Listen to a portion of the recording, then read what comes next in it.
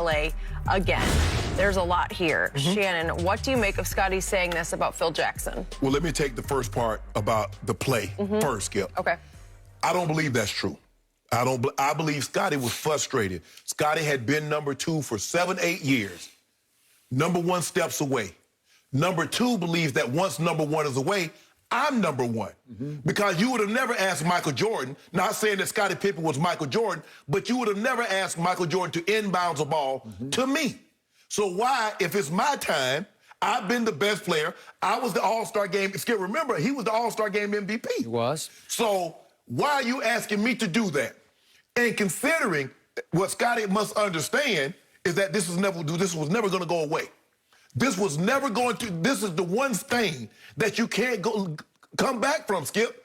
He won 3 more championships, but they still go back to this. Yep. Skip, Shoeless Joe Jackson has the second highest lifetime batting average in baseball history, 358. Yep. But that's not what he's known for. But that whole team was the Black Sox scandal. Skip. Yeah. You can't, Skip, the worst thing an athlete can do is quit. Ain't no way around it, Skip. I like Pip. He quit. He refused to go in the game. He said, you know what? I'm going to sit right here. Bill Cartwright is begging with him. Scottie, don't do this. Get in the game, bruh. No. So he quit. And considering Tony Kukoc hit the shot, it's hard to argue with that Phil was placed his trust in Tony. Yep. Because he hit the shot, Skip. I just don't I understand that he's selling a book. But some things, Skip, you just don't throw stuff out there like this. Nope, you do not. Now, the Kobe thing, I agree with Scottie. Phil was wrong. You don't put the man out there. There's certain things that go on in the locker room, Skip, and that's one of the reasons I haven't wrote a book about my playing life. Because certain things, you just take to your grave. You just chalk that one up and say, you know what, boy, man, we were crazy. We did some crazy things in high school and in college and for sure in the NFL. You just take it to your grave. Even at gunpoint, I ain't telling you jack. Okay. Got it. And for Phil to do this, to write a book, and then you go back and coach the guy, but that just goes to show you Kobe's level of professionalism. But Kobe didn't give a damn about what you said about him. Kobe ain't never cared about what anybody said about him. It didn't matter. Mom, dad, brother, uncle, cousin, friend, it didn't matter. Can you help me win? Yep. Kobe had a single, this was Kobe. All that other stuff that's going on, I don't see nothing. All I see is a title, and I see hard work in between for me to get to that title. So what you say on either side, it doesn't even matter. Okay, I'm going to say this again about Scottie Pippen, and I was there in 1998 covering that Bulls team. Okay. Big picture. Everything you're hearing from Scottie now is all about his attempted revenge for The Last Dance, in which he felt shamed by Michael Jordan in that documentary, and in the large part, he was shamed. So now he's going to be as outrageous as possible. He's going to go a little over the edge whenever he's given the opportunity, in this case by Dan Patrick, just to create more controversial interest in his upcoming book, which isn't even out yet. But his book is going to be his revenge for The Last Dance. It's going to be his answer to The Last Dance. Okay, so we get all of that. But do I think there was some racist component to Phil's decision-making to give the ball to Kukoc? Kukoc had made several late shots that year and one walk-off shot on that same play.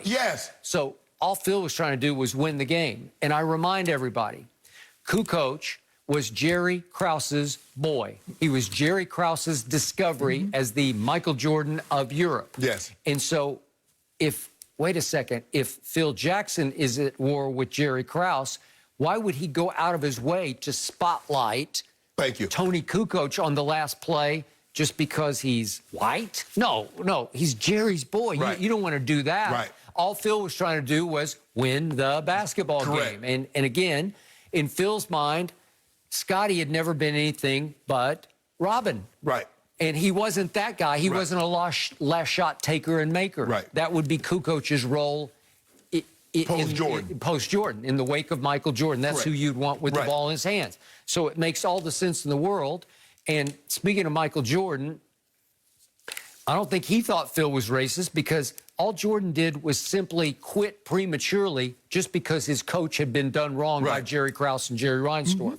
He made it clear that whole 1998 year, You run off my coach, you run off me. Right. And he stood by his word. And he was retired for 3 years Right. from age 30, what was he, 6 at that point, or 30, really 5. Yeah. You know, those are still 3 fairly prime years of his career. He did not play basketball just to uphold his allegiance to Phil Jackson. So did he think Phil was racist? I don't think so. And even after that call, Skip, Scottie, they were a blown Hugh Hollins call away from getting to the Eastern Conference Finals. They were. People don't really. Scottie Pippen was really good, Skip. They only lost 2 fewer games that year without Michael than the year before when they had Michael and went to the NBA Finals. Scottie Pippen played really, really well. He was the All-Star Game MVP. Yep, I got it. So, and to your final point about Kobe, only the silver-tongued devil, quote unquote, who was Phil Jackson, could manage to talk Kobe back into his inner circle after he had done Kobe wrong by airing dirty laundry in his book. What? But, you got away with that? Only Phil could do that one. But I'm not surprised Phil went back. Phil was not going anywhere in which he did not have 2 great players. That's why he took a role at the Knicks. He ain't coaching the Knicks. No.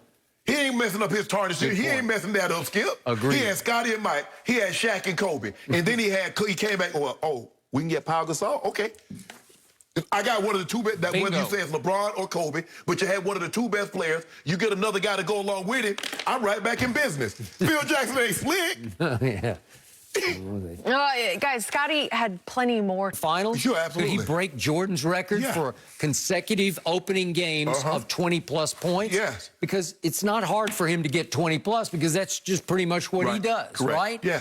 And I look at his numbers since he came in the league.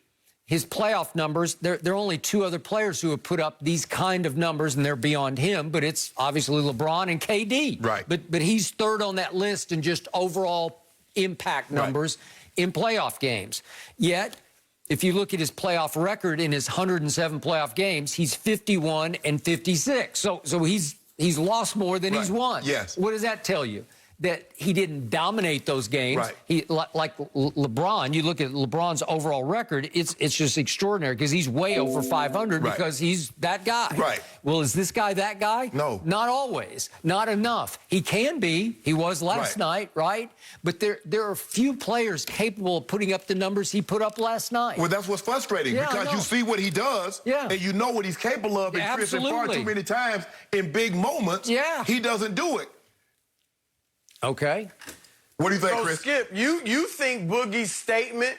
You think Boogie's statement about him being one of the most special guys to lace up sneakers I buy that. But Boogie's being naive if he says, I don't know where this internet narrative comes from. Well, it came from the bubble. Yeah. And he inflicted it upon himself. And to your point, he inflicted the nickname upon himself. Right. You can't call yourself Playoff P if you can't consistently live up to that nickname. But Chris and Skip, he had faltered in the playoffs outside of the bubble. Sure. He make it seem like the bubble was an isolated incident. Did he not remember what happened just the year before? Do he not remember what happened his last year in Indy? He got swept by LeBron, and in Game 4, he was awful. Yep. Does he not remember?